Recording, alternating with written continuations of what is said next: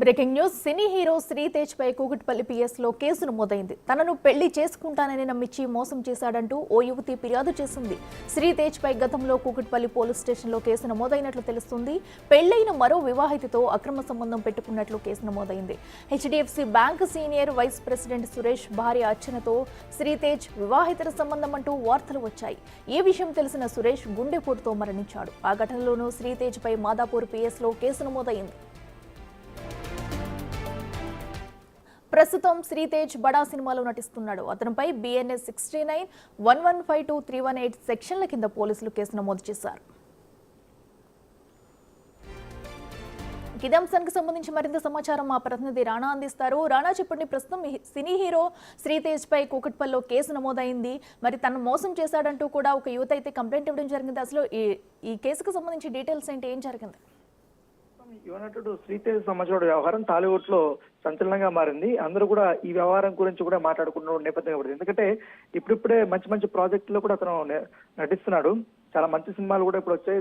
చాలా వరకు కూడా ఇప్పటికే హిట్ అయినటువంటి సందర్భం కూడా ఇప్పుడిప్పుడే సినిమాలు కూడా ఎక్కువగా పుంజుకుంటున్న సమయంలో ఇతను ఈ వివాదాలకి వెళ్ళినటువంటి నేపథ్యం కాబట్టి గతంలో కూడా ఎఫ్ఐఆర్ పెట్టుకున్నటువంటి కేసు కూడా ఒకటి ఉంది. దాంతోపాటు ఇప్పుడు ఒక యువతిని మోసం చేశాడనేది కూడా ఇప్పుడు ఎఫ్ఐఆర్ నమోదైనటువంటి నేపథ్యం కాబట్టి ఎందుకంటే ఈ కేసులో కూడా శ్రీతేజ్ సంబంధించిన విషయంలో అతనికి సెక్షన్స్ కూడా చాలా గట్టిగానే పెట్టినట్టు మనకు చాలా స్పష్టంగా కూడా కనబడుతుంది.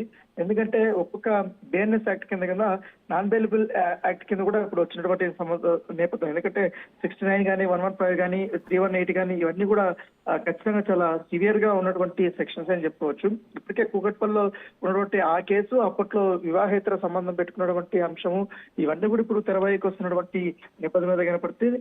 దాంతోపాటు ఈ మధ్య కాలంలో చాలా హిట్ సినిమాల్లో కూడా అతను నటించినటువంటి పరిస్థితి. ఇప్పుడు దాంతోపాటు ఈ దళారి సినిమా గానీ, బహిష్కరణ గానీ, ఆ తర్వాత లక్ష్మీ నివాస్ గానీ ఇలాంటి సినిమాలన్నీ కూడా ఆయన నటించాడు. దాంతోపాటు కొన్ని హిట్ సినిమాల్లో కూడా అతను నటించడం నేపథ్యం కాబట్టి ఇప్పుడు నటించిన తర్వాత ఇప్పుడు కెరీర్ పీక్ స్టేజ్ లోకి వెళ్తున్నటువంటి సందర్భంలో ఈ కేసుల్లో అతను ఇరుక్కుపోయాడు. ఖచ్చితంగా కూడా అతను నన్ను మోసం చేశాడు కాబట్టి అతన్ని ఖచ్చితంగా శిక్షని అనుభవించాల్సిందే అనేది కూడా యువతి చెప్తున్నారు. అయితే యువతకు సంబంధించిన విషయాలన్నీ కూడా బయటకి పోలీసులు అయితే చెప్పకూడదని చెప్తున్నారు. ఎందుకంటే గతంలో హెచ్డిఎఫ్సి బ్యాంక్ లో సీనియర్ వైస్ ప్రెసిడెంట్ గా పనిచేసిన సురేష్ భార్యతో అతను ఈ వివాహేతర సంబంధం ఉంది కాబట్టి అప్పట్లోనే గుండు కొడుతూ అతను సురేష్ చనిపోయాడు. దానికి కూడా కారణము శ్రీతేజ్ పైన.